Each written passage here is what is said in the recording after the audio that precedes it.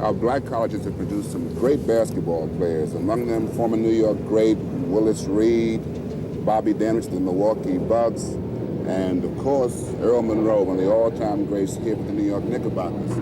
Earl, we know that the black schools turn out great athletes, but how are they academically? Well, I think nowadays it's proven to be very beneficial for these guys that are, have gone through school and gone and come out, because now they have lawyers and different people to take care of their business. But most of the guys are getting into things of their own.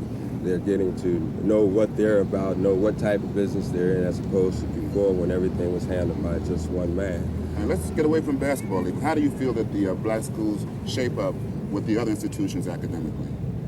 Oh, well, going to school, when I went to school, I think it's a different criteria there. I think going to school in the 1960s, an awakening period, so to speak, in terms of the United States. The sit-ins started, and there was a lot of marches and whatnot, because people were protesting racism. Of course, during the time that I was in school, academically, I think people were, more akin to what was going on around them than really what was in the books. And consequently, you got not only a book learning out of a black school, but you also got a street learning, because you've had so many people coming from different parts of the country, but all basically from ghetto areas, and bringing their particular culture to the school. And so you got educated, not only book-wise, but also common sense-wise. How about your activities outside of basketball these days? Well, my biggest interest is music. As you know, I've started a music management company, and we have a few acts that we're pushing now, and everything seems to be going along pretty well as far as that aspect is concerned.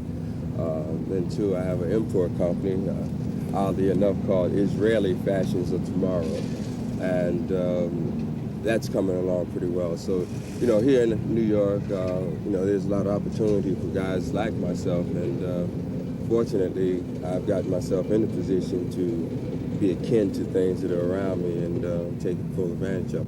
But here, I'm often in a little bit different situation. Here, I've made it, so to speak, in my profession, so I'm not out to, rip anybody off. I'm looking to, of course, make money, but I'm looking to do it in a very honest way, and I think honesty, just like we've talked about a lot of other times, if you can be honest with each other and honest with the people that are about you, everything will come out well for you.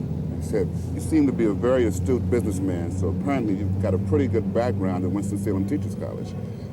Well, I tell you, again, it taught me a lot of things in Winston-Salem, not only that book learning, but also that street learning. Most of, us blacks come from the streets, and, we try to bring that to, whatever part of the country or whatever thing that we're doing. And a lot of people say that, I play basketball playground-wise. That's nothing but saying that I play basketball like guys in the street. And all through my career, I've had that stigma on me. But, it doesn't matter right now. It used to bother me quite a bit, but it doesn't really matter right now, because, first of all the things that they said was bad about, street basketball, playground basketball, well, this is what they're initiating now.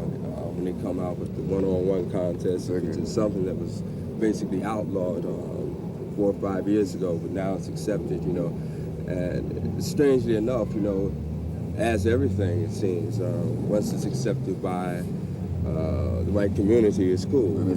But as far as we're concerned, as brothers, we're happy with what we're doing. Earl, we want to thank you. I'm Cal Ramsey, TV analyst for the New York Knickerbockers. This is Earl Monroe.